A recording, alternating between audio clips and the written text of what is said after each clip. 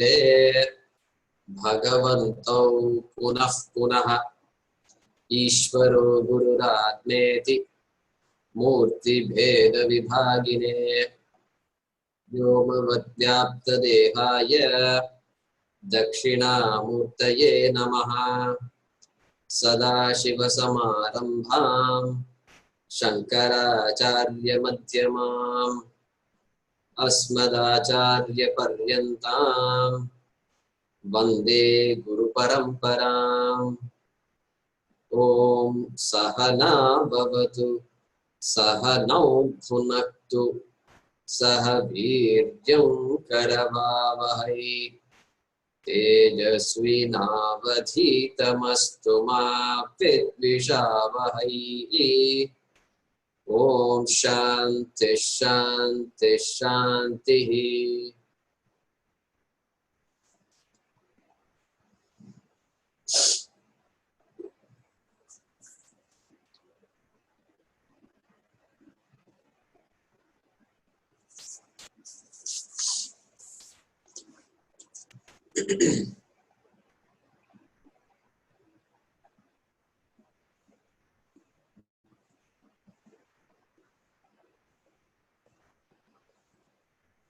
So last week we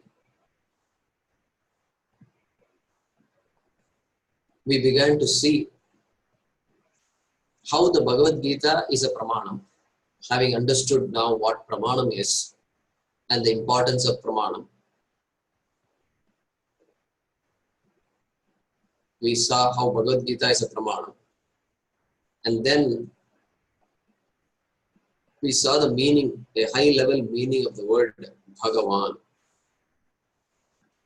So, Aishwaryam, Viryam, Yashas, fame,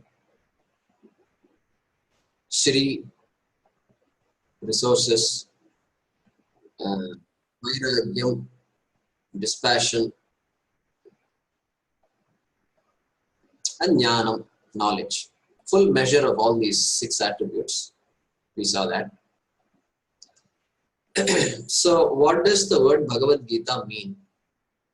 Even though this series of classes is not about Bhagavad Gita, we want to just know Vedas, important to know what they are. Bhagavad Gita is a very important scripture, important shastram in the life of an Indian. So we want to understand that also.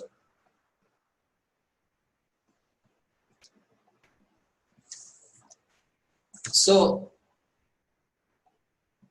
this Gita, the word Gita is a popular name which is used in our Shastram to refer to any Shastram also. So, there is Uddhava Gita, there is Rama Gita, there is Kama Gita, there is Ganesha Gita.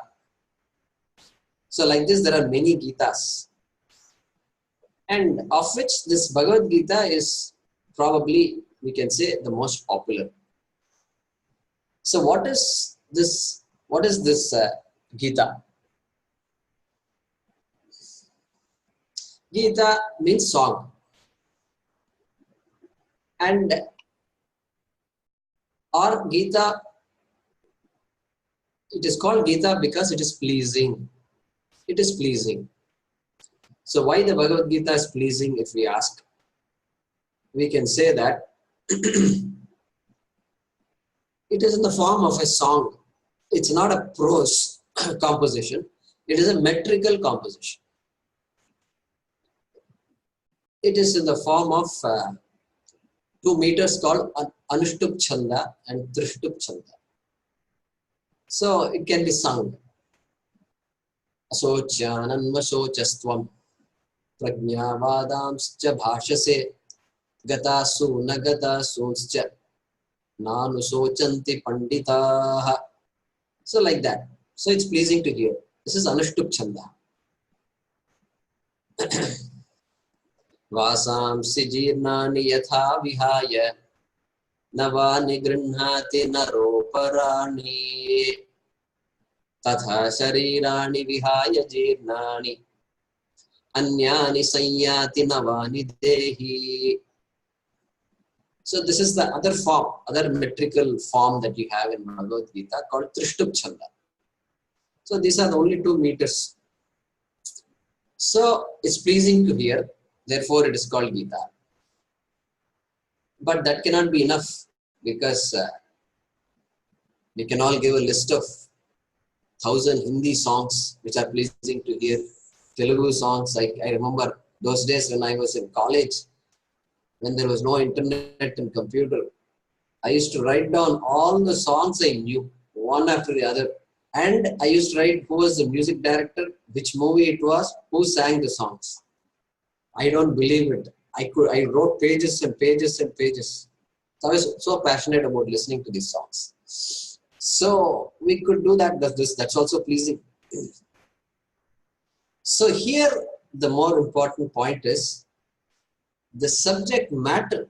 What the song talks about is the point.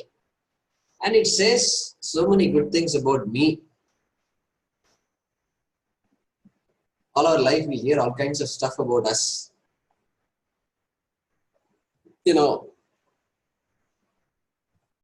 Idiot, Paityam, all these words we have heard. Hindi, I'm sure there are some other words also. Are you mad? They will say. So all these things we have heard. Nobody says, oh, you are the best. Nobody says you are the whole. Nobody says you are complete. Like this, nobody says. And this Bhagavad Gita comes and tells us all these things. So it's pleasing to hear. Even if I may not understand it, it's pleasing to hear. So therefore, Gita. And the topic of the Bhagavad Gita is myself, is the Jiva.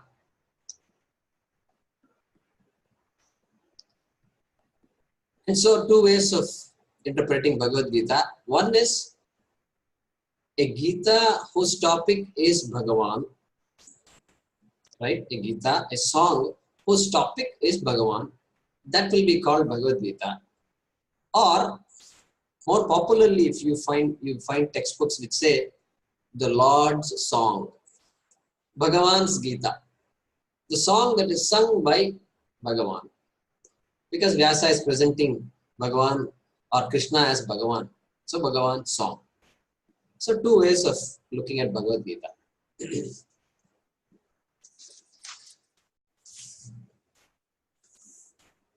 So that our interest lies in this fact that the topic of Bhagavad Gita is Bhagavan.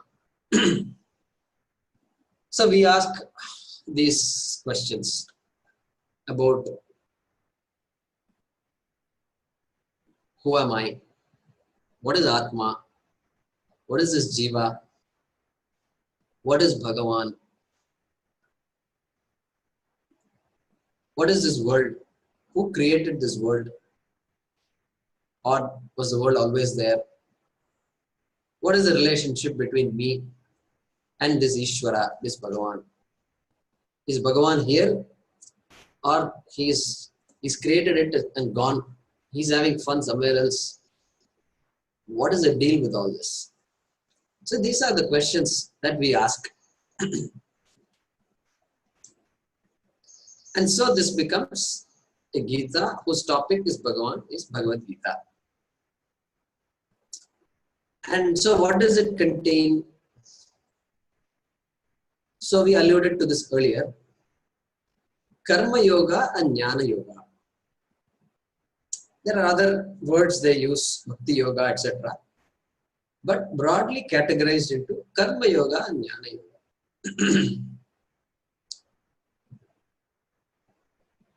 Jnana Yoga means answering these questions, understanding the Siddhantam, understanding the explanations given by Sri Krishna, and using the Upanishads. That is Jnana Yoga, exclusive pursuit of the study of our Shastram, we can say is Jnana Yoga. But then that exclusive pursuit, in order to make that happen, there is something called Karma Yoga. Karma Yoga is needed. So to prepare ourselves for Jnana Yoga. So Karma Yoga means leading a life of Dharma, doing our duties in the ashrama that we are in, whether it is Brahmachari ashrama or Grihastha ashrama, and doing all our duties with the attitude that I see Ishvara in everything. I see Bhagavan in everything I do. So Prasada Buddhi. Prasada Buddhi means whatever comes, I take it as Prasada. The word Prasada is interesting because I'm certain that every Indian language has the word Prasad. Hindi में प्रसाद बोलते हैं, तेलुगु में प्रसादमु बोलते हैं, तमिल में प्रसादम. Like this in other languages, I'm certain the word prasad has to be there. Without the word prasad, the Indian language is incomplete. So prasada buddhi is so important. And then there is something called Ishwararpana buddhi. So what comes to me, I take as prasada, an attitude. What I do, what about what I do? What I do with Ishwararpana buddhi. Means I offer it. When we go to the temple, we offer. Whatever we give, we offer. When we do puja at home, we offer. We offer naivedyam. So that attitude of offering. When we take care of our children, we offer. We don't expect something in return from them. So offering, that attitude. So these two attitudes, if you will, Ishwararpana buddhi and Prasada buddhi, constitutes Karma Yoga.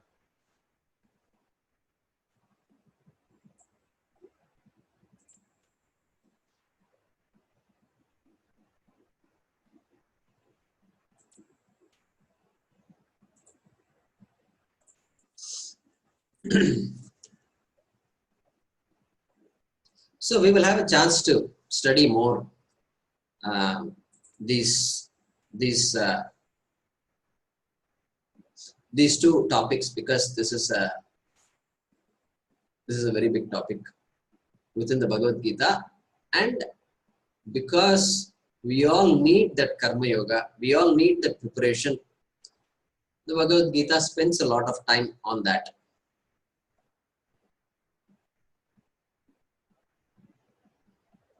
And as I said, Jnana Yoga, also called Brahma Vidya,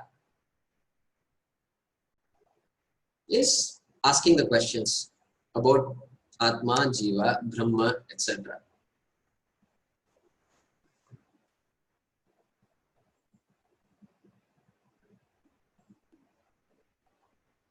There is a sentence which says, Gita Sugita Kartavya Kim Anyaihi Shastra Vistaraihi. So somebody has written this. When the Bhagavad Gita is there, why do you need all the other Shastrams? Why do you need to study anything else when Bhagavad Gita is there? So like that, they have praised the Bhagavad Gita.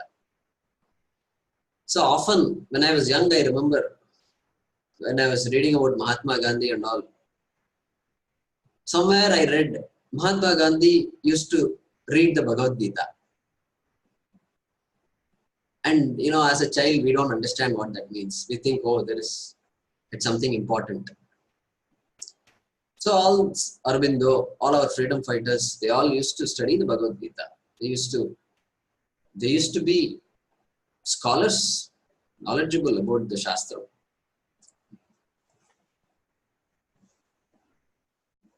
So it must be a big source of inspiration even for those people who inspire us, they also needed some inspiration. And that Bhagavad Gita provided that inspiration. So that's how important the Bhagavad Gita is.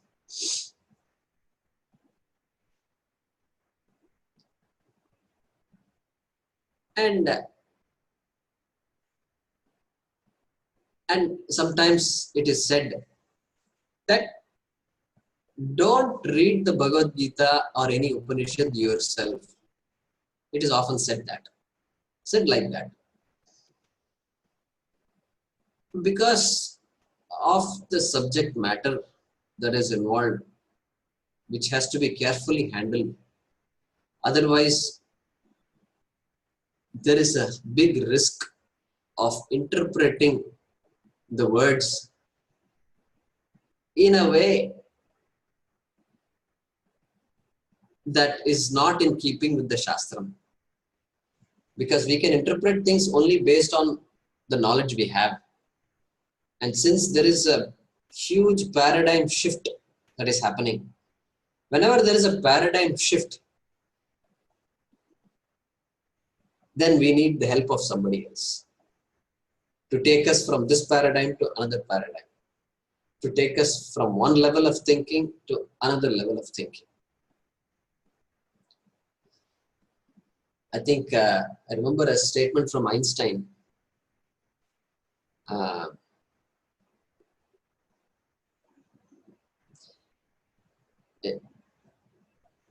A problem cannot be solved by the same system that created the problem. Something like that. I don't remember the exact sentence. But, so that's the idea here. That we need the help of somebody to communicate to us the message of the Bhagavad Gita. And Adi Shankara wrote a big commentary on the Bhagavad Gita. The Bhagavad Gita itself is big. And Adi Shankaracharya wrote this commentary. And he says there, he says why he writes a commentary. He says, already there are many people who have written about the Bhagavad Gita. See, those days you had to justify. You have to justify why you're writing something. Can't simply write because I feel like writing. That is not acceptable. Why are you writing this book? So he says very clearly, the introduction he gives, he says, because there are many different views of the Bhagavad Gita, and those views are contradictory, I want to clarify many points which need clarification, and therefore I am writing a brief commentary. He uses the word brief. So it's very clear from that we need some external help, somebody to hold our hands while we study the Bhagavad Gita. And so the Shastram talks about the need for a teacher. In fact, a teacher is not the right word.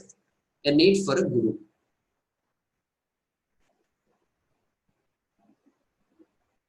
And Shankara does use the word durvijneyam.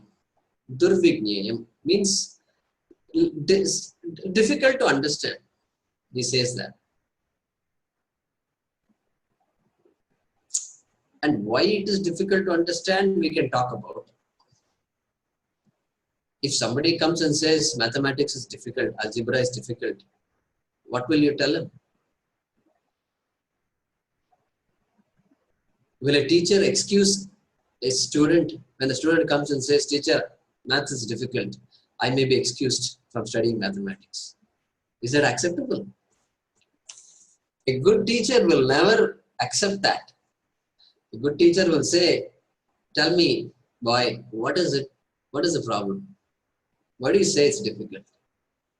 So the teacher, he or she will try to find out what is it that's blocking, that is obstructing this child from appreciating the beauty of mathematics. Correct? So a physicist will not simply excuse somebody and says, no, this is too much. I can't handle physics. No, a good teacher will not do that. Many teachers will blame students. Oh, he's no good, she's no good, and things like that. But a teacher who's committed to teaching will never ever accept that. Will take the blame on herself or himself. I have not been able to communicate this message to this child. I have not been able to understand what is the child's problem. That is how the teacher will think. So, okay, Shankara uses the word durvignayam, difficult to follow, to understand. One reason. Second reason for a guru,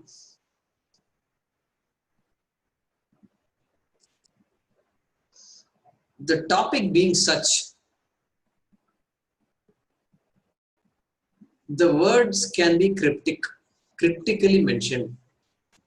So it is the job of a teacher to unlock the meaning of those words, and that has to be done somewhat carefully.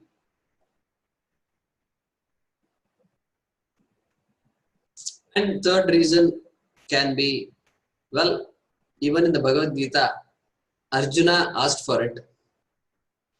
Shishyasteham. He said, I am your student.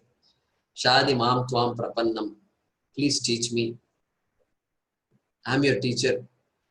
Shishya, beautiful Sanskrit word, which means Shashana Yogya. I am capable of being taught. So the one who is capable of being taught is a Shishya. That is a literal meaning of the word Shishya.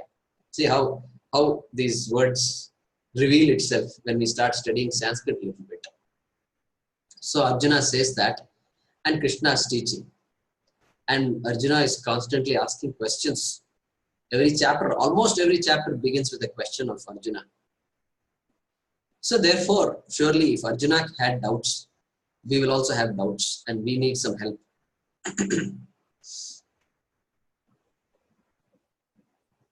And another reason is also given. That even words may not be enough to reveal the subject matter.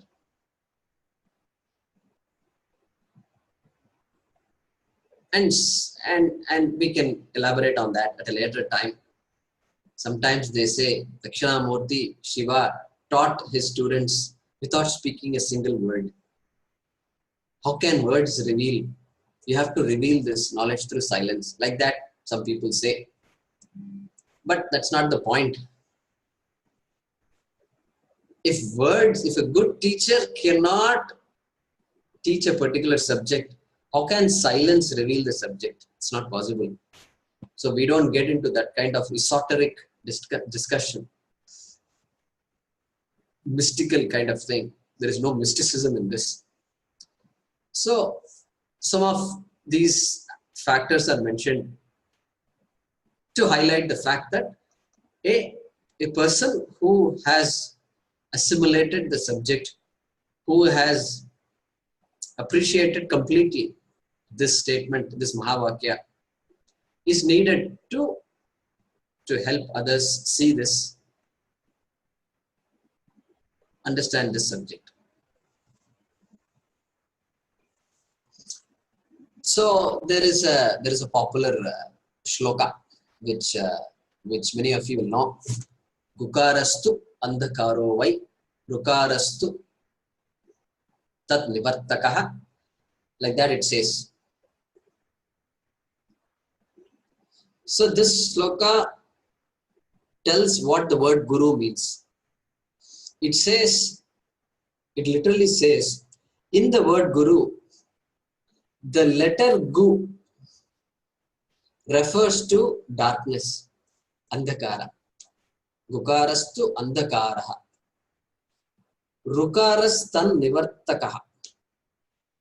The letter ru, on the other hand, in this word guru, refers to the removal of. And since ignorance,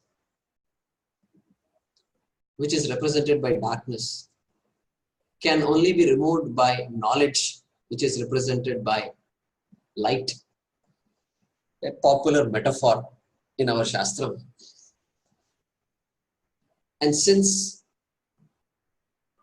the Guru does that, since this person uses knowledge to remove that ignorance, that person is called a Guru. Like that, this shloka talks. So we all used to chant it in all our classes like this. Gukarastu andhakaro vai rukarastan nivartakaraha andhakara nirodhitvat gururiti abhidhiyate. Like that it goes.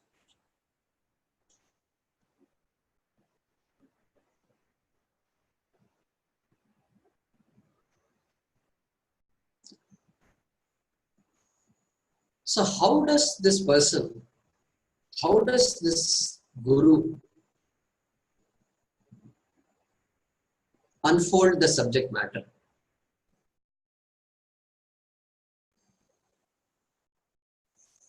Very interesting, the way they explain it. You see, the Mahavakyam is stated, you are that, Aham Brahmasmi. All this is stated. It's not like a cave where you have to go inside and then find out what is there at the end of the tunnel. No, what is there at the end of the tunnel is already shown to us. Tattvamasi, you are that. So the fact is there out there. But yet I cannot see the fact. So they say the process of unfolding this fact is like a sculptor sculpting an idol, a sculpture. So all our murtis are all sculpted from a single piece of stone. They don't bring a leg, two legs separately done, then the waist, and then head, hands. They don't build it like that. No murti is done like that. Every murti is done by this sculptor called Sthapati. The Sthapati builds this. Now tell me, is he constructing this murti? One will say, no, the murti is already there. It is already there. So this Sthapati chisels away the parts that blocks us from seeing the murti. Isn't it? The murti is there right in front of us. But I see a piece of stone. So help me see the murti. Help me see Shiva here in the stone. Help me see Devi in the stone. Yes, the Sthapati. In fact, I was very moved when I heard that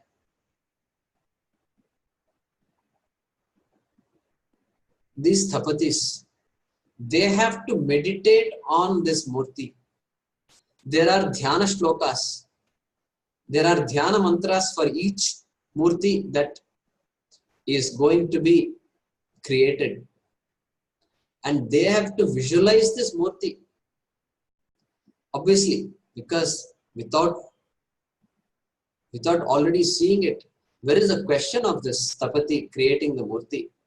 They have to see it first, and then they have to make it come alive. And so, since then, my respect for these Sthapatis increased dramatically, because they are not simply some kind of artists. Even artists deserve so much admiration from us.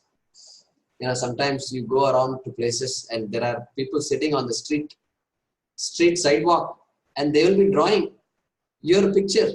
He looks at you, he draws. He looks at you, he draws. He sketches, and then he shows it to you.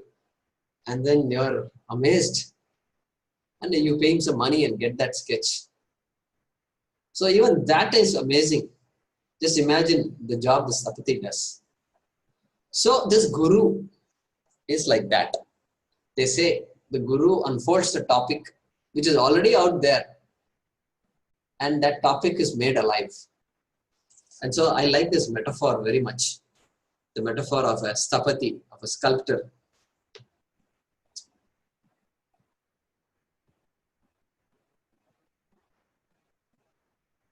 So then how did this Guru come to be?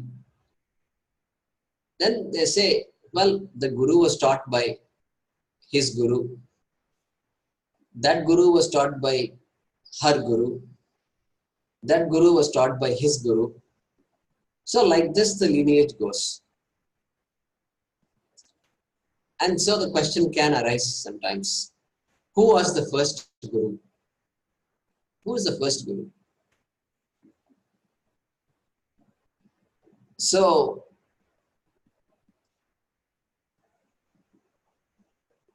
if we ask, okay, I had parents. My parents were born. They had parents. And they also had parents, etc. Who was the first father? Who was the first mother? Maybe a tough question to ask. Tough question to answer. Because it's hard to trace back all the way. So you can talk about evolution and things like that. But in this case, we say it has to be Ishvara. It has to be Parameshvara. Because the minute you stop somewhere and say he or she is my first Guru, our first Guru, if you say, then we will ask the question, what about the Guru of that Guru? So we attribute all to Ishvara, the all-pervasive Ishvara.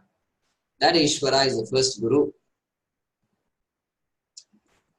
And so often we attribute to Shiva this role of a teacher. So when the role of a teacher is given to Shiva, then we look at Shiva and don't call him Shiva anymore. We call him Dakshinamurti. Dakshinamurti is the name of Shiva when Shiva takes on the role of a teacher. That's the idea. So who is the first Guru means we generally say either Shiva or Dakshinamurti. Saraswati also comes to mind. We say Saraswati is the goddess of learning. So Vidya Devi, we say. So she is the embodiment of knowledge. Any piece of knowledge means Saraswati is residing there. That is Saraswati Sakshat. So she is the presiding deity of knowledge. So we don't consider, when we talk about teaching, then we look up to Shiva, we look up to Dakshinamurti.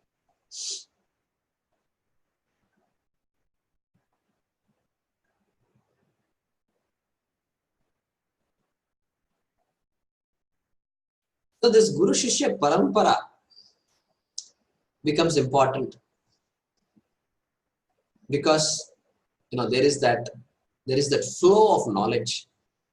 And so we start this class also, if you recall, Sadashiva Samarambham Shankaracharya Madhyamam Asmadacharya Paryantam Vande Guru Paramparam. So we salute the Guru Parampara because the knowledge is so important that it must have been preserved all these centuries and millennia and who knows how long. And so we worship this Parampara. Sadashiva Samarambham. This Parampara which was started by Sadashiva, Shankaracharya Madhyamam, which was very effectively captured by Adi Shankaracharya at a time where people were confused. He consolidated all the Shastram Upanishads, Bhagavad Gita. He wrote commentaries on them. And he wrote many more of his own stotras, like Dakshinamurti Stotram.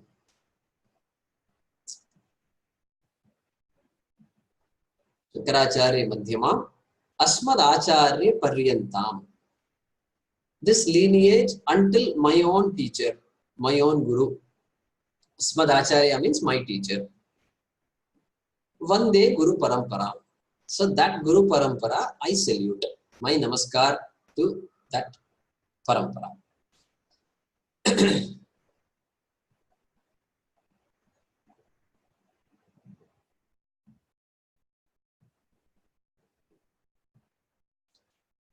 So then, how do I find a guru? Yes, now I am very interested. I got very inspired. I know a little bit now about the Vedas, Vedanta, Bhagavad Gita. So how do I find a guru? So this question can arise. Nothing wrong with that. And here our Swamiji would joke. He will say, yes, look for a person who is wearing a particular type of dress. So maybe an orange dress. In India, we have a lot of respect for this ochre robe. And also look for a person with a long beard. A flowing white long beard would be very useful to have. Would be very nice to have. Look for that person. So will that person be my guru? And obviously that cannot be the answer.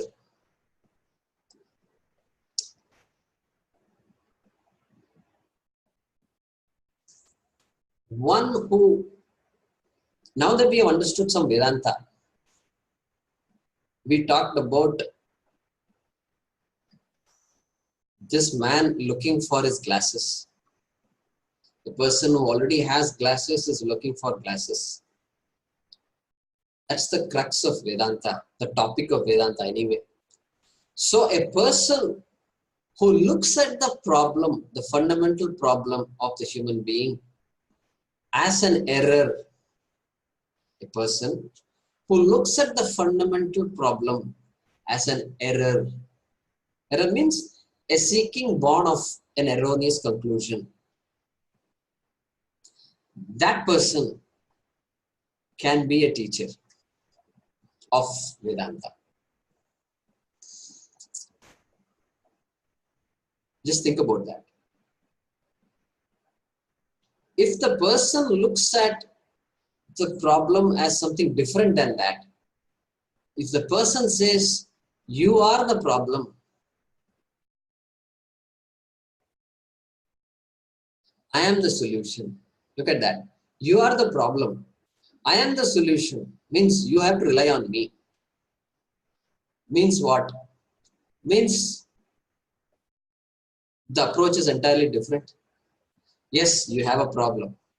Yes, I know you're suffering. Yes, you have to solve it.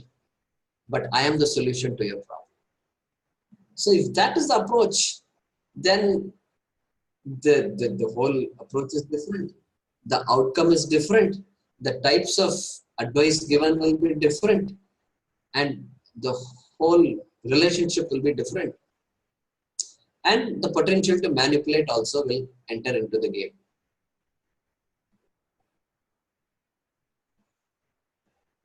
So we need to be alert to that. And if a person says, yes, you are the problem, but you are the solution. You are the problem. You are the solution to that problem. If they say, then there is a lot of room for objectivity. The person can be objective. And the person can communicate to the student that objectivity is so important in this. We can't get lost. We can't afford to get lost in emotions and fancy words and fancy imaginations. Imaginations are okay, but can't get too lost in that. And so that person can bring us back to ourselves.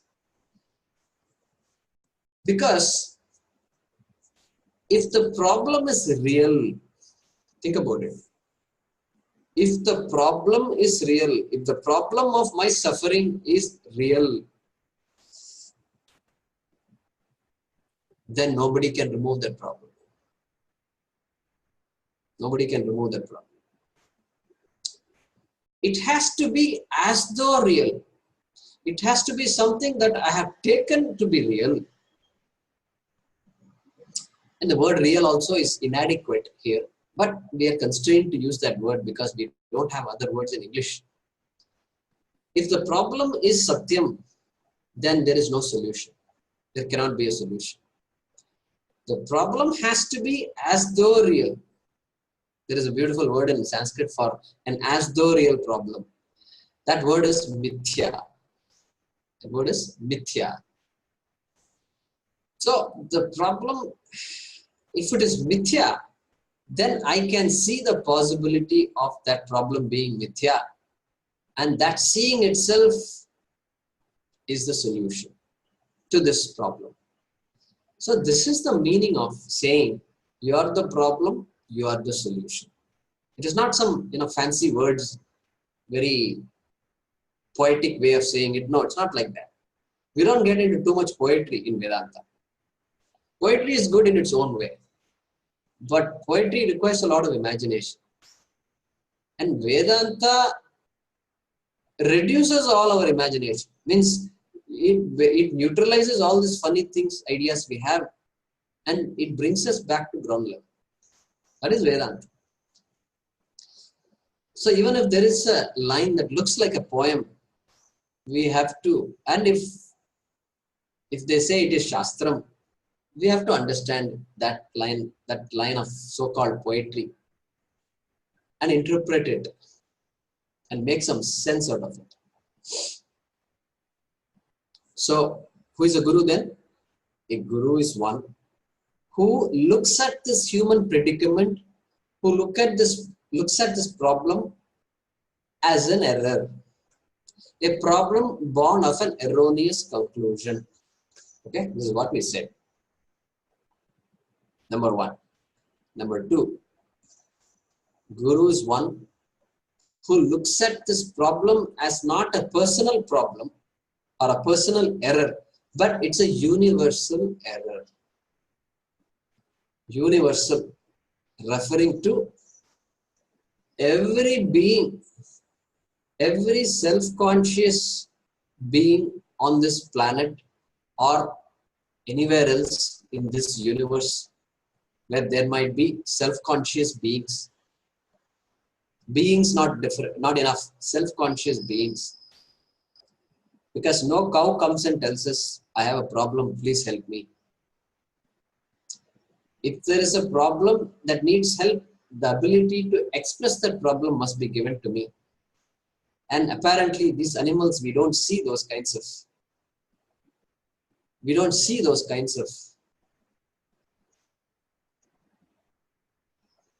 manifestations. We don't see that kind of a cow or a dog.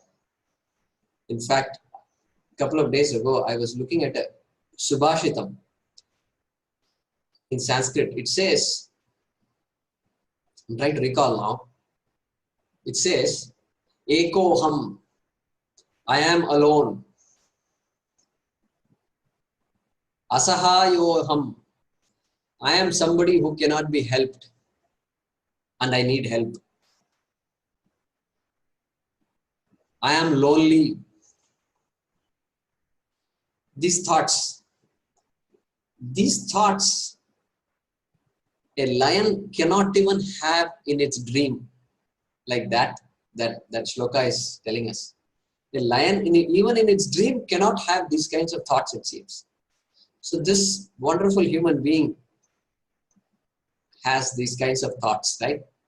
I am persecuted. I am prosecuted. I am vulnerable. I'm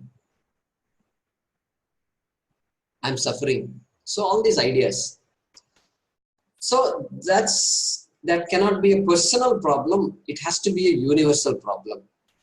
And because it is a universal problem, the Bhagavad Gita The Upanishads, etc., can be called as a scripture, Shastram. I don't like to use the word scripture because it's an English word referring to something different. So it's called Shastram. What is Shastram? Now we say Shastram is that applies, that has to apply universally. Therefore, it can't talk about a topical problem. It can't talk about, hey, there is water shortage in Coimbatore. How to solve that problem? It's a topical problem. It's something that the human mind has the ability to figure out itself. Shastram doesn't have to step in. It has to talk about a problem that's universal and that only the Shastram can solve. So that's where the need for a guru arises, to solve a problem which is based on an erroneous conclusion, and one who accepts this problem as a universal problem. And therefore, the Shastram also says, Guru Mevabi Gachet. Upanishad says that. It says that. It says in, I think it's Mandukya Upanishad. Very beautiful. I like this mantra very much. It says, after a person examines one's life. So I have examined my life. I have led a life of ups and downs. I've been through this and that. I have accomplished so many things. I have failed in so many things. And now I'm scratching my head. And I'm thinking, when is this going to end? Or is this going to end? I'm running after so-called success. Let me first find out what success is before running after success. What is it that I'm after really in this life? So like this, if one starts thinking, so the mantra says, Parikshya lokan karmachitan. Parikshya, after having examined. What? Lokan. Lokan means one's life. One's life of so many activities, so many things that we have been seeking all life. So, Pariksha Lokan Karmachitan Nirvedamayat. Nirvedamayat means this person, having examined one's life, has become somewhat wiser. Has become wiser. How he or she has become wiser? Nasti akritaha kritena. If I am the uncreated one and I am to be discovered, then that discovery cannot happen by an action. No action can take me to this wholeness that I am seeking. No action can make finite into infinite. Anybody who has gone to school and college can accept that statement. Finite can never become infinite unless you divide it by 0. And even that we don't fully understand. This infinite is not an easy thing to understand, right? So we used to simply write the symbol, infinite symbol. And all our calculators used to go berserk when you say divide by 0. And I used to see what happens to the calculator. And these days, modern calculators will say ERR. Those days, the calculator will get jumbled up. Doesn't know what to do. So, Nasti akritaha kritena. That which is uncreated cannot be created by an action, by karma. So then what should that person do? Sa gurumeva bhigachet. That person, may he or she go to a teacher, go to a guru. Sa gurumeva bhigachet. What kind of guru also? the Shastram, this particular Upanishad talks about Shrotriyam Brahmanishtham. Qualifies that word Guru by saying Shrotriyam Brahmanishtham. One who is knowledgeable in the Shastras. Shrotriyam. Shrotriya. Brahmanishtha. One who was completely assimilated that Shastram. One who is steadfast in the knowledge of Brahman, Brahmanishtha. One who knows clearly that I am Brahman and the whole world is Brahman. There is nothing in this world but Brahman. Everything is a manifestation of Brahman. So that's a little meaning of the word Brahmanishtha. And so one who recognizes that, one student who has recognized the limitations of karma should approach that Guru who is a Shrotriya and a Brahmanishtha. So that is, it is said in the Upanishads and it will also come in the Bhagavad Gita. And any text you take written by Adi Shankaracharya or Ramana Maharshi or anybody else, you will find them referring to a teacher. In fact, they will start the verse. We're going to start Tattvabodha shortly. In case you're wondering what happened, has Jayakumar ji forgotten that he was going to teach Tattvabodha? No, I have not forgotten. It's coming. And Tattvabodha, the author of Tattvabodha, starts with a verse in praise of his own Guru. So we can see that in every text, almost every text, you will see that the author praises his or her teacher.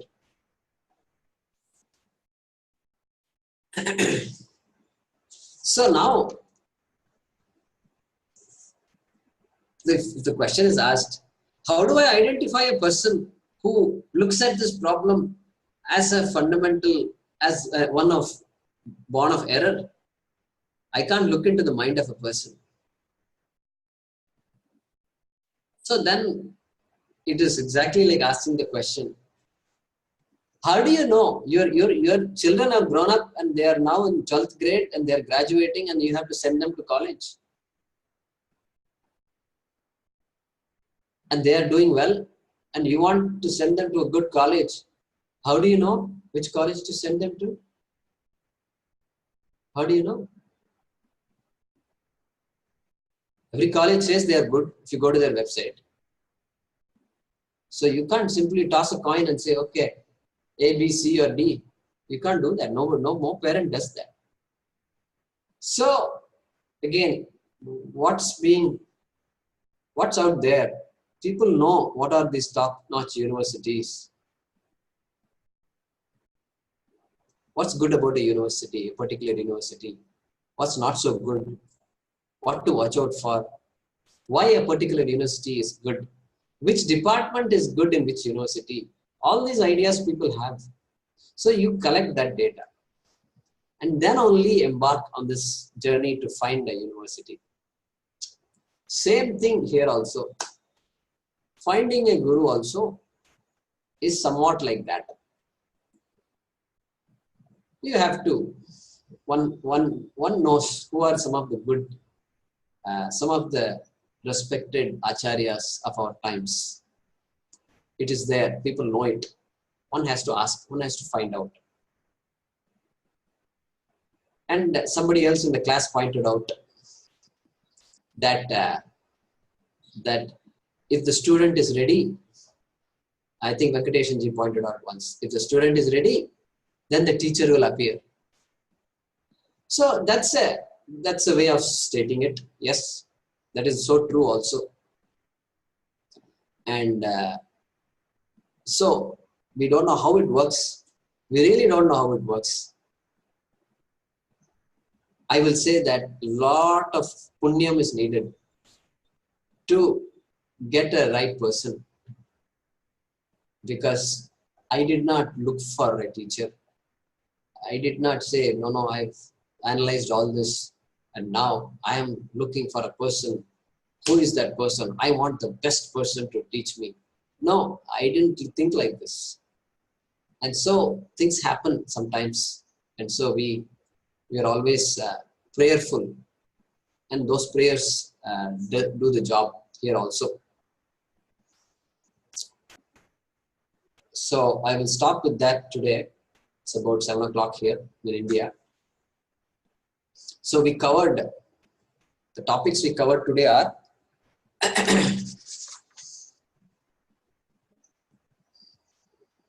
understanding the word Bhagavad Gita itself, what it means, continuing on the topic of the word Bhagavan, then the contents of the Bhagavad Gita, Karma Yoga and Jnana Yoga, the major contents, major categories of the topics. And we talked about the need for a guru. What is a guru and why a guru, a teacher, is needed to unfold this subject matter. And the peculiarity, because of the peculiarity of the subject matter. And quote unquote, how do you choose a guru? Briefly, we touched upon that. So we'll stop with that, and I'll open up the class for any questions. Yeah, so Panduji, you want to ask your question? That way everybody can hear you.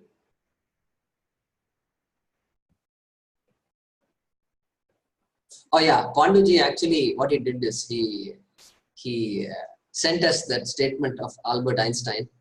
Problems cannot be solved with the same mindset that created them. Yeah, thank you. Okay. Yeah, so Ravi Janakji is asking, Mirage, is Mirage connected to Mithya, the word Mithya?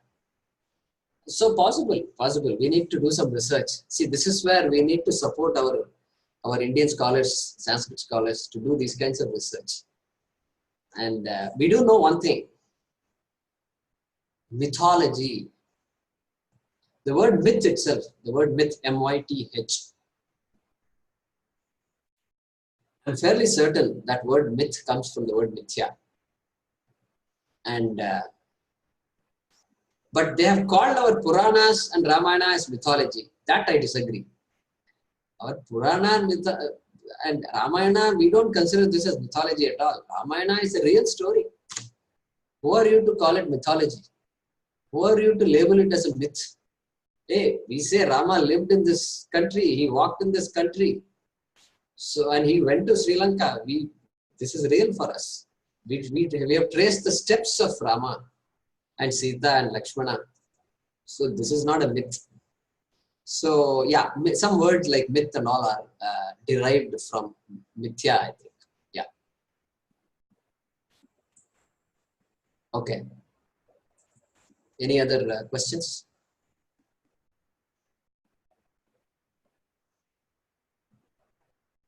Okay, good. So we will stop with that. And what we can do is, we have Surendra Vatveji. Surendra ji, have we heard your introduction before? No. Okay, if you don't mind, see, one of the things we did in our class is we introduced each other. And so if you could please introduce yourself. Yeah, actually, I'm based in Pune. I'm a mechanical engineer. I had worked both in India and outside India. Now settled in Pune. Basically, I started with Bhagavad Gita learning. I first did the pronunciation part of it. Then I attended a class by Swami Parthasarthi on Bhagavad Gita. And then that has given me a lot of inspiration. I have also done this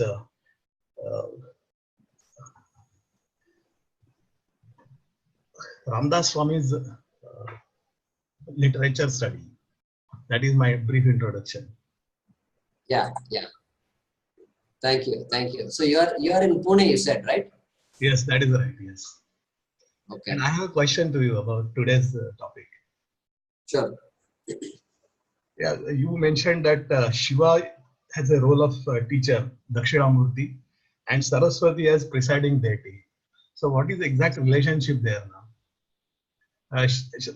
You mean to say that Saraswati is one step above, or what? Yeah. So, so no, we don't talk about being above or below. Uh,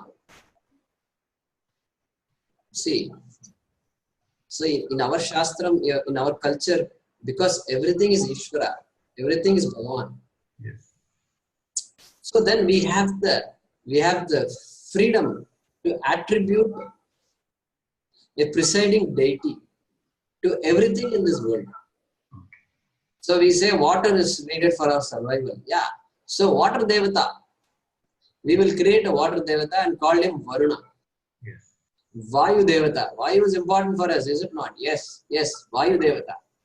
Worship Vayu devata so that your air is not polluted. So this is how this is how our culture is. And so Saraswati, Saras means knowledge. Saras means knowledge. And one who has knowledge, one who is an embodiment of knowledge. Remember when we explained Bhagavan, what did we say? Balavan, Gunavan, etc. Like that, Bhagavan. So Bhagavan means what? One who has Bhaga is Bhagavan. One who has Bala is Balavan. One who has Saras must be Saraswan. And the lady who has Saras should be Saraswati. Like Gunavati, Balavati, Bhagavati. Okay? Understood? Yeah, nice. Thank you. So we don't necessarily compare Dakshinamurti and Saraswati. Right. They're all there to bless us any way we want. Absolutely, yes.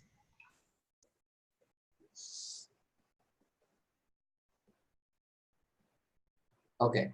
So if there are no other questions, Venkadeshan ji is asking. Okay, the question is: does Guru Dakshinamurti is he different from Jupiter? Is he different from Jupiter? Means planet Jupiter. I think that's what you mean. Okay. So let's tackle this problem. Again, same thing. So Ishtadeva, see, let's say Surya Devata is there. Aditya, everybody does Surya Namaskara. Many people do Surya Namaskara every day. Om Ham Mitraya Namaha. Om Hrim Ravaye Namaha. Om Hrum Suryaya Namaha. Like this, there are 12 names. And each time you chant, you have to do one Surya Namaskara. One sequence of 10 or 12 steps, right? 10 steps. So each time you are praising Surya Devata with a different name, Aditya, Hiranyagarbha, etc. So who are you worshipping? There is the physical sun out there which I can see with my eyes. That sun seems to be rising and setting. That's the physical aspect.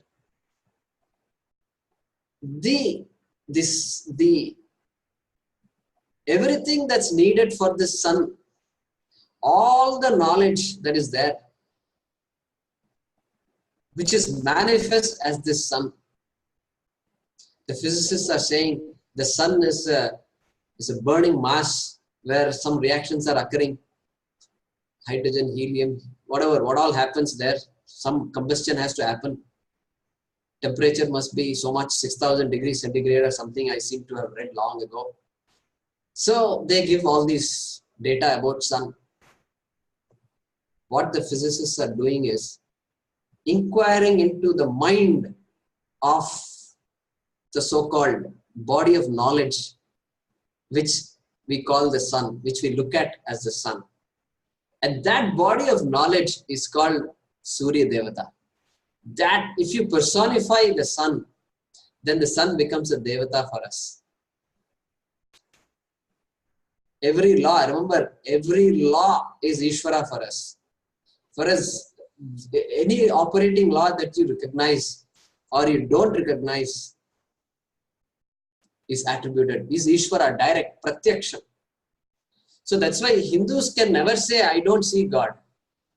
We can never say that because I see God everywhere. This is God for me because this is Ishvara, because there is a law, there are so many laws that are operating to make this function, and that law is Ishvara. And so I see Ishvara right in front of me. So I was sitting right next to in a flight, and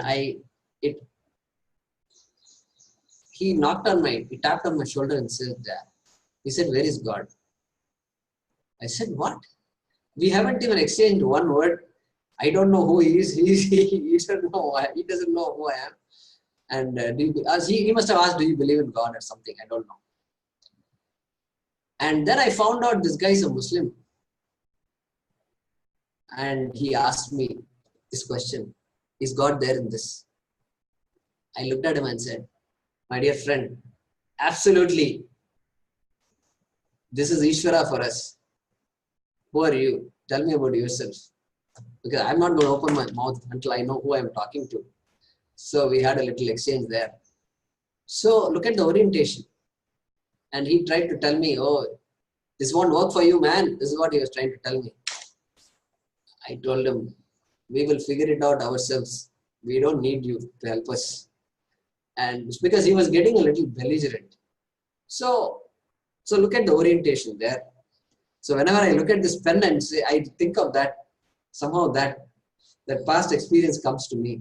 But yeah, so this is Ishvara, this is Devata. So for us, Jupiter, because it is another fact. Guru, the word Guru in Sanskrit also means heavy. Also means heavy. Okay, keep that fact in mind. So Guru means teacher. Guru means heavy. And Guru has an influence, big influence in our lives. And our ancestors were masters of astronomy. And they have figured out all these forces that are playing out there in the solar system without the use of any telescopes, without the use of any instruments. I don't know how they did all this. And they figured out there is a big planet and we are going to call him Guru, because this planet has a lot of influence on all other planets, including Earth. So he became Guru for us. And so yes, there is a connection, if you want to call it. And that Guru Bhagavan, Guru Devata is also attributed to the planet Jupiter for these reasons.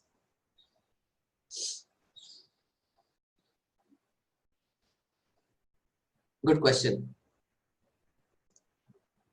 We need to get into the bottom of a lot of questions like this.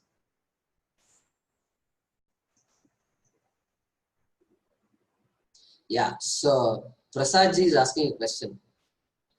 Prasad, you can unmute yourself and ask also. Yeah, go ahead, Prasad. I will unmute. I'll unmute you. Yeah. Right. I'm muted.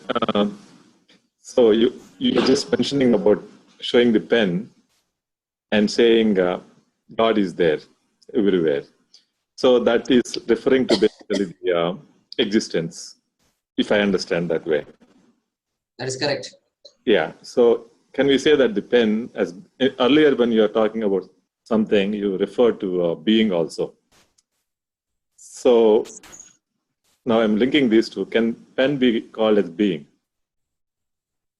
I mean, can be referred as being? Sorry. Yeah. So see, that's the beauty of our Shastram is, first question if we paint God as somebody who is out there, then this discussion will not arise at all, because God is not here.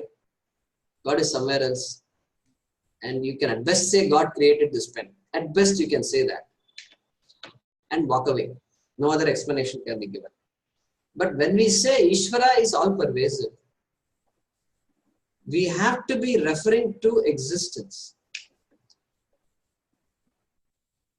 That existence, when you say I exist, that existence is all pervasive. That existence cannot be negated. That existence cannot die. That existence cannot be removed. Like this pen. The pen may be removed. The pen may be destroyed. Because the pen is only a form. A form of what, if you say? The pen is a form of plastic. To start out with, we can say that. Form of plastic. But then we will ask the question, plastic is what? Plastic is but a form of polyethylene molecules. Polyethylene. Ethylene ko lekar polymerize karo, then it becomes a chain of ethylene, and that chain is appearing to me as something which I call plastic. So if you ask a chemist what this is, that fellow will say this is just carbon and hydrogen and maybe oxygen also in this. That's all he will say. He says this is nothing but carbon, hydrogen and oxygen. So pen is but a form of carbon, hydrogen and oxygen. But even that chemist has to accept the fact that carbon, hydrogen and oxygen also are only forms of something. Forms of what? If somebody asks, you have to go down further. Then the physicist steps in and he says, yeah, I know what that is. Then he or she talks about protons and neutrons and electrons. Those days in school, that's what I learned as the fundamental particles. These days, 40 years later, science has gone a long way. And they talk about many other particles, positrons, etc., and now quarks. And they talk about strings and things like that. So the search is still going on. So just remember, the search is still going on. So nobody, suppose you say that quark is the most fundamental particle ever discovered by the human being. Okay, good. Stay with the quark. But even the inventor of quark will agree that quark is not the fundamental particle. There is something more, we don't know what it is. That's all he will say. He will accept that. Okay? So that fundamental thing, our rishis have said, it is existence, being. So it's a big topic. That is the topic of Vedanta. So yeah, to answer your question, Prasad, yes. When you say pen is, that is what sustains the pen. And that is Ishvara.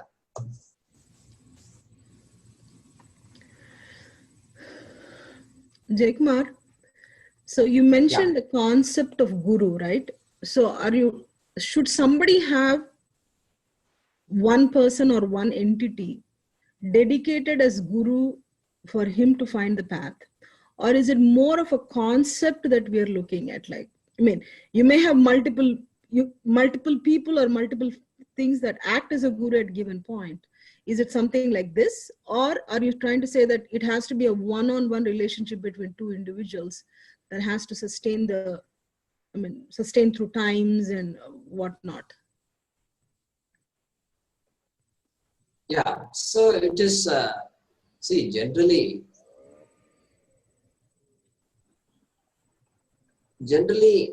one individual can have a big impact in one's life. So then we say that person is our guru. That person is my guru. Like that we say. But our relationship is not limited to that one person. And one can have any number of teachers. Our Swami Dayananda ji used to say, he had 3 gurus. One is Swami Chinmayananda, who taught him about Vedanta, that there is something called Vedanta. Then Swami Pranavananda ji, who, when Swamiji went to Gudivada in Andhra Pradesh, Swami Pranavananda ji asked him to give a talk. And when Swamiji spoke about something, Pranavananda ji stopped him and said, wait, that's not right. And Pranavananda ji taught him, what is pramanam? What is pramanam? Because pramanam is such an important topic to appreciate.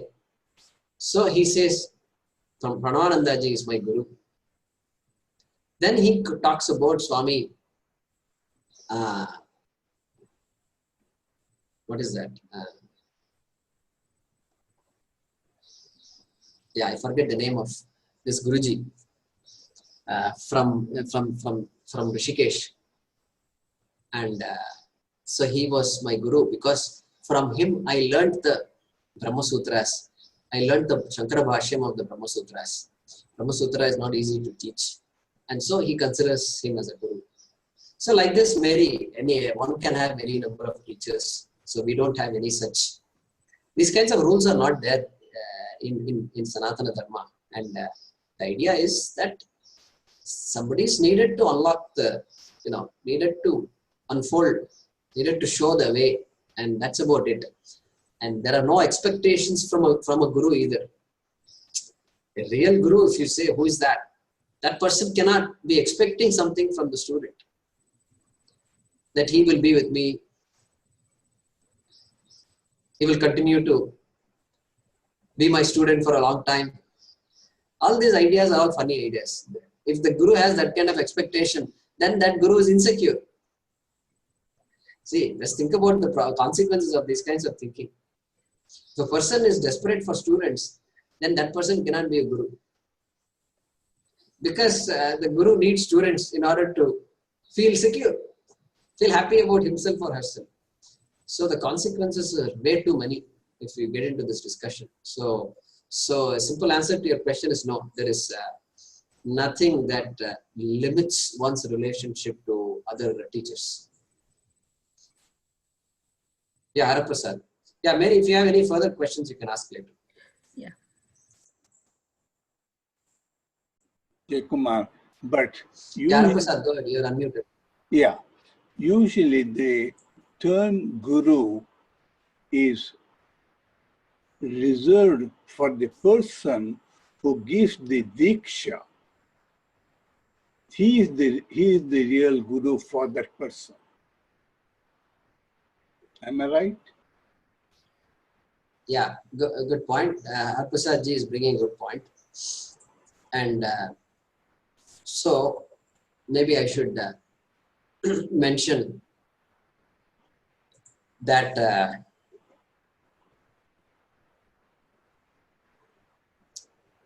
is another definition for the word guru. The technical definition of the word guru is Mahavakya Upadesha Karta. Mahavakya Upadesha Karta. So the one who gives the teaching of the Mahavakya is a guru. That is the formal definition of the word guru. So that's what Haraprasad is saying. Hey, the one who gives that Upadesha, the one who is playing a central role in communicating that important fact, that person gets the status of the guru in one's life. Okay, just to continue what I just asked. So, I mean, I come from a whole different background. That's why I ask you these questions. So you think somebody is a guru, he knows it all and you're following and it's been good. But then suddenly I mean, so knowing that the Guru is just a mere mortal, you find something that is not agreeable to you anymore, or you find there's fundamentally something wrong going on. Whatever he taught you thus far, will that be null and void? Or are you going to say, you know what, okay, he has taught me many good things, so let them stay with me. And from now on, or do you continue with whatever, assuming that because of his teachings, you learned certain things and you set certain things in practice. Do you undo those things or you go with those? Yeah. So we don't have that problem as much here because in all the talks we attend, and when we stay in the ashram and study this course and so forth, we spend a lot of time asking the teacher questions. In fact, if I have to measure the amount of time I spent listening, sitting in classes listening, and amount of time spent in satsang asking questions, they're almost comparable. So for every hour of class, we must have spent at least 15-20 minutes asking questions about that topic. So this topic is something which has to be understood. And so if something is against my logic, if something is against my reasoning, it will most likely be against other people's reasoning also. And so then that becomes a topic of contention in our relationship. So we will ask Guruji, you said A, B, and then you said C, but C doesn't follow from A and B. This is a typical question. So it's typically like a student-teacher relationship in a school or a college. No teacher in a school or no college professor will say, you believe everything I say. Nobody will say that. Nobody. I've not heard anybody say that. They can say, did you understand, is what the teacher will finally ask. Did you understand what I said? And half the students can scratch their head and say, no, I didn't understand. That's possible. But nobody will say, F is equal to MA because I said it. You must believe it. No, such teacher doesn't exist. Same thing here, Mary. Since this is a topic of understanding, wherever things are needed to be proved, we rely on proofs only. Wherever things have to be believed, we let go with the beliefs. But we don't accept things that cannot be believed. We don't accept things that cannot be believed. Eternal heaven. Heaven, for example, cannot be proved, cannot be disproved, so it must be believed. And we are okay believing it. The fundamental message of Vedanta is unaffected by my belief or disbelief of heaven, Swarga. Okay? Okay, number one. Next, heaven can be believed. What about eternal heaven? Right away, eternal heaven is disproved. Because heaven being finite, if you say heaven does not include earth, heaven is a place somewhere else, if you say, then heaven is a finite object. And if you say, I am going to go to that heaven, okay, that I may be able to believe. But if you say, I am going to be there eternally, then Vedanta will rubbish it right away. Vedanta 101. Eternal heaven is not possible because anything finite, any place that you go to, you have to come out of that place. The place itself will disappear after some time. The place itself is changing in time. And my entry, if you say entry, you have to talk about exit. These are all like two sides of the coin. And so Vedanta just rubbishes all these ideas right away. So therefore, Vedanta allows us to, it gives us a platform, very, very solid platform from which we can stand and it empowers us to ask questions. No Vedanta teacher will say, How can you ask such a question? Who are you to ask me? This kinds of thinking, I have not seen it in Vedanta. It doesn't exist, because I can point to somebody and say, hey, do you see why that question is wrong? Do you see why that question is flawed? Somebody asked the question, are you following a fool, or are you walking in front of a fool? Suppose somebody asks this question, how will you answer it? Are you walking behind a fool, or are you walking in front of a fool? We have to be careful before answering this question, right? Because if I say I am walking in front of a fool, that means I must be a bigger fool. If I am walking behind a fool, then also I am a fool. So we have to be careful. You have to say, hey, that's a wrong question, or I am not going to answer that question. Don't fall in that trap. So some questions are like this, and we have to just be careful about these things. So Mary, I think I know, coming from where you are coming from, I think I can understand that question, and this fear of hell and this sin. God will punish you if you ask these questions. God will punish you if you threaten somebody, or if you don't go by the book. This, we are not encumbered by these kinds of ideas, Mary. Does that help? Yeah, thank you.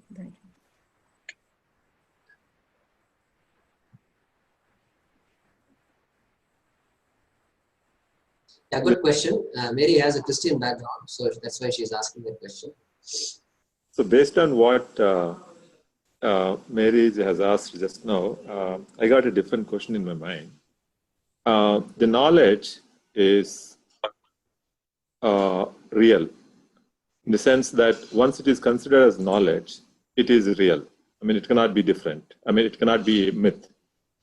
Now, a guru who has been teaching the knowledge,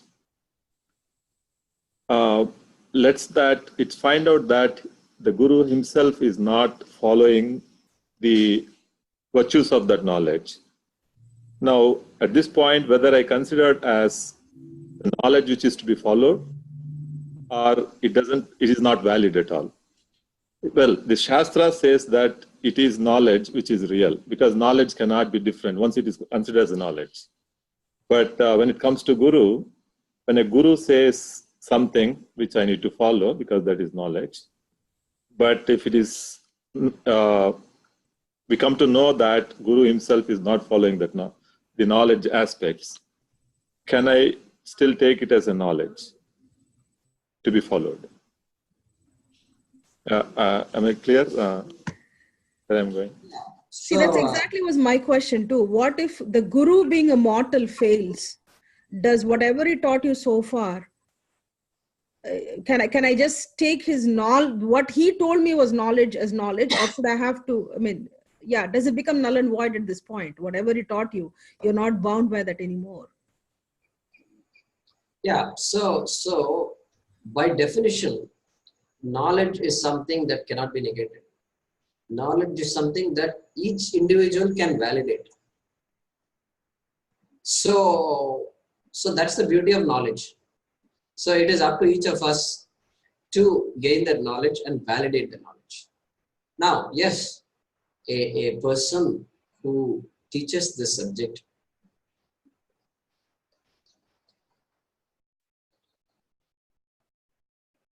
cannot be adharmic, for example, cannot be given to cheating, lying, manipulating. Not possible, because dharma itself is a prerequisite for this Vedanta. And so if a person is doing that, I would say that is doing a disservice to the Shastram. And forget Vedanta. This adharma itself, why would we even relate to a person who is adharmic? So yes, that conflict arises. It can arise. Yes, it can arise. It has arisen. I've seen people, I've seen friends who have gone through that process. And so sometimes then a tough decision has to be made by the student who is learning, by the devotee.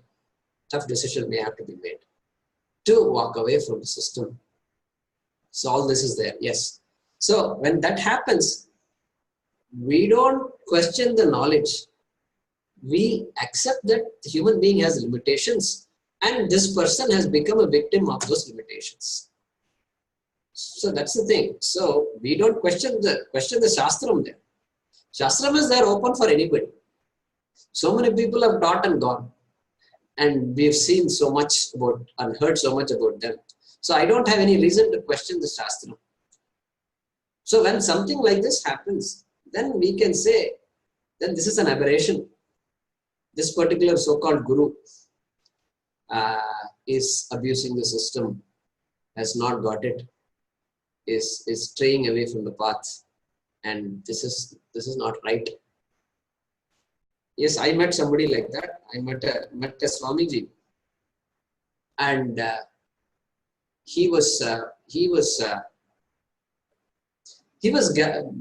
chatting with a lot of students who had come to learn from another teacher, and he was having some very crass conversations, and so I used to walk away from there. And then at one point he told me, "Oh, you are a serious student. You won't come to conversations like this," he said. Then I said, I had to say something. I told him, "Swamiji, people have come here to study. Everybody here has come to study, not to chat all day long. And actually what you are doing is wrong.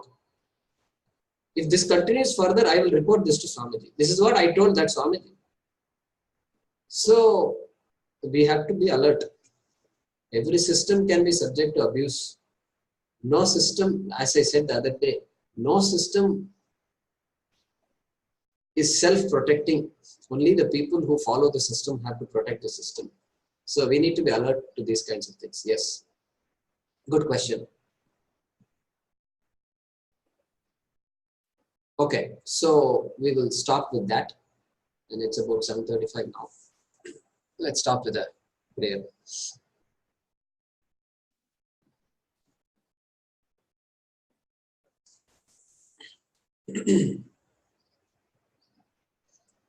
Om swasti prajabhyah paripalayantam nyayena margena mahim mahisha go brahmanebhyah shubhamastu nityam lokas samastas sukhino bhavantu kale varshatu parjanyah prithvi sasya shalini deshoyam shobharahitah brahmana santu nirbhayaah Om sarve bhavantu sukhinah sarve santu niramayah sarve bhadrani pashyantu ma kaschit dukkha bhag bhavet asato ma sadgamaya tamaso ma jyotirgamaya mrityo ma amritangamaya Om Purnamadah Purnamidam Purnat